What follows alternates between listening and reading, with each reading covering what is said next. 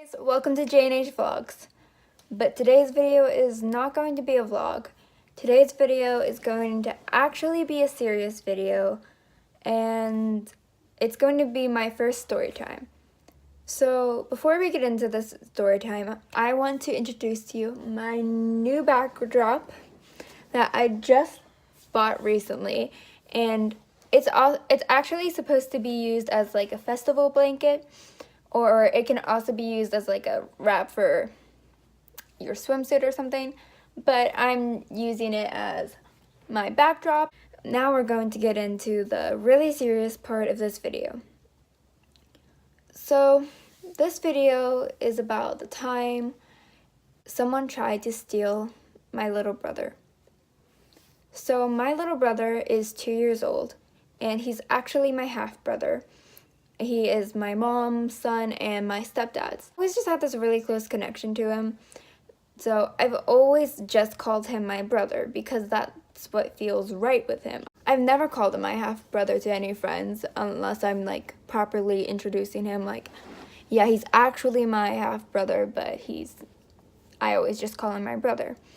So his name is Bryson, and he is just adorable, crazy, obsessed with cuddles, but he can also be really crazy, as most 2-year-olds are.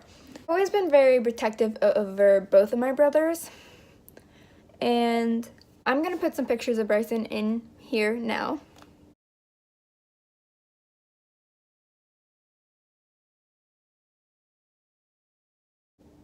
And as you can see, he's just an adorable little goofball. And I don't know, I've always just felt like this really close bond with him. 2 months ago was whenever it was like around the end of school. It was the last month of my freshman year in school, which if you're also watching because of my brother Jude, that was Jude's last year in 6th grade. So it was the weekend whenever I found out about this. I was outside watching Bryson, and my brother was out also, and I usually watch him for a long time just because my mom gets really tired throughout the week, and so does my stepdad because they're both working really long hours. So of course I help watch Bryson, and we were just playing. He has right now an obsession with basketball, so he was playing around with a basketball, and my stepdad Rick came out, and he was like, okay, I need to tell you two something, talking to me and Jude. And I was like, oh, okay, what do you need to say? And he's just like, I just want you guys to be careful out, and just make sure that you are watching him at all times, because the other week he was outside going to go and mow the lawn. Now, Bryson loves to ride the lawnmower with my stepdad, so Bryson was playing with his ball waiting for Rick to get the lawnmower out. And while Rick was out on the lawnmower just trying to back it out, and he only had his gaze off of Bryson for, a few seconds, he started to hear Bryson crying and kind of whimpering. And he looks back and sees a man holding Bryson. And Bryson is squeamishing in his arms, and he's like, kind of like trying to get out. And he's like, Dada, Dada. Because Bryson, he loves people, but he doesn't like whenever strangers just come up to him and pick him up. We're thankful for that, because if Bryson wasn't strangers picking him up, we might have lost him that day. Rick saw a guy in a trench coat and really long hair holding Bryson. And he was actually a few feet away. He was trying to run away with him in his arms. But Bryson was moving, and once he saw that Rick looked at him, he was like, and dropped Bryson. He just dropped him and started running off the other way up to a hill.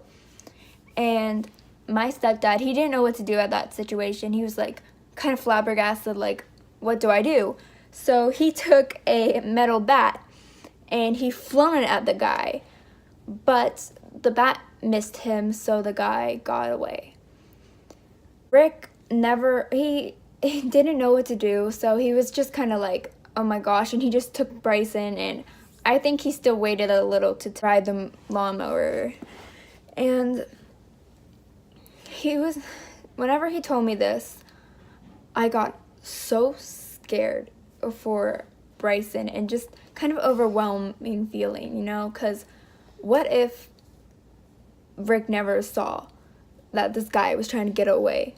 What if the guy managed to get away with my little brother? I would be heartbroken.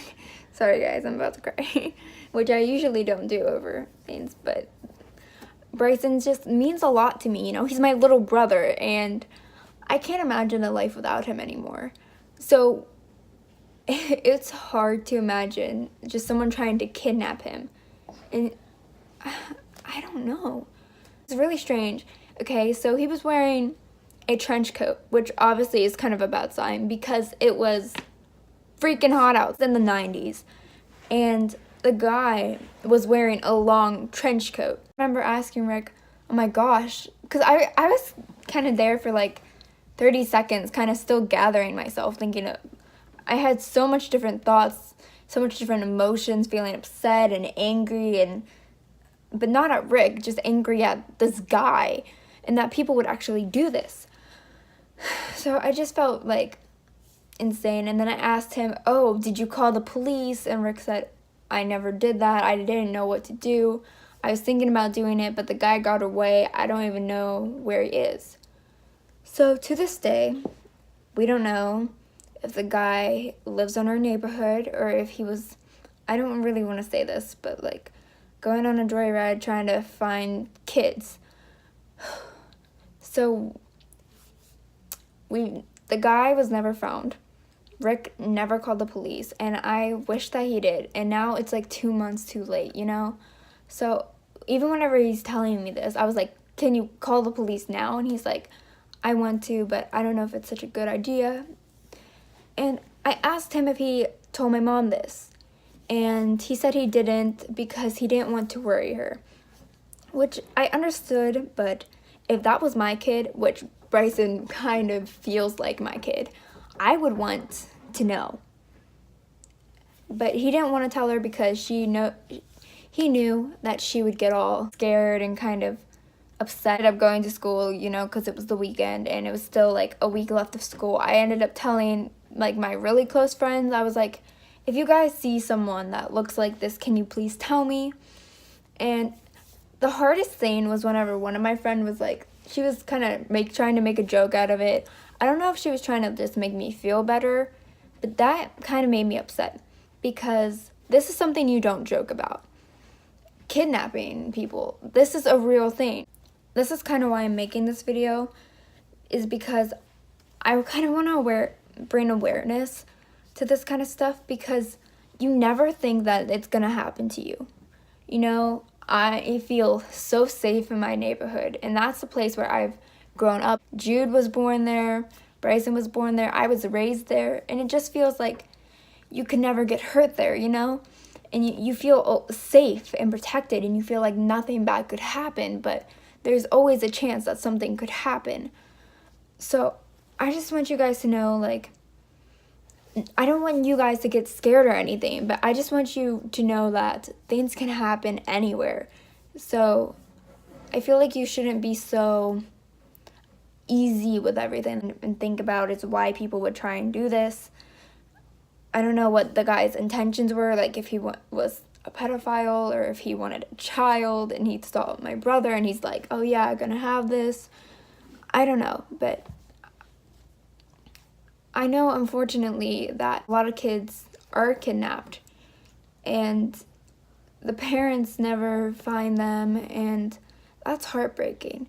And thinking that I was so close to having that happen is hard to think about. So I just hope this video kind of raised awareness. I'm still upset that we never found the guy. I hope you guys kind of realized things about this video, and I just want you all to stay safe. So that's all I'm trying to do. Don't be paranoid, because you shouldn't live life paranoid, but you shouldn't live life thinking that you're always going to be safe, you know? You should just have precautions. I hope you guys learned a little bit from this video. Thanks for watching this, our first story time, my first story time. I hope you guys like my new background, and I'm thinking about doing a lot more story times, and I'm actually going to film one after this. Thanks so much for watching. Check out our vlogs, and I love you guys. Bye.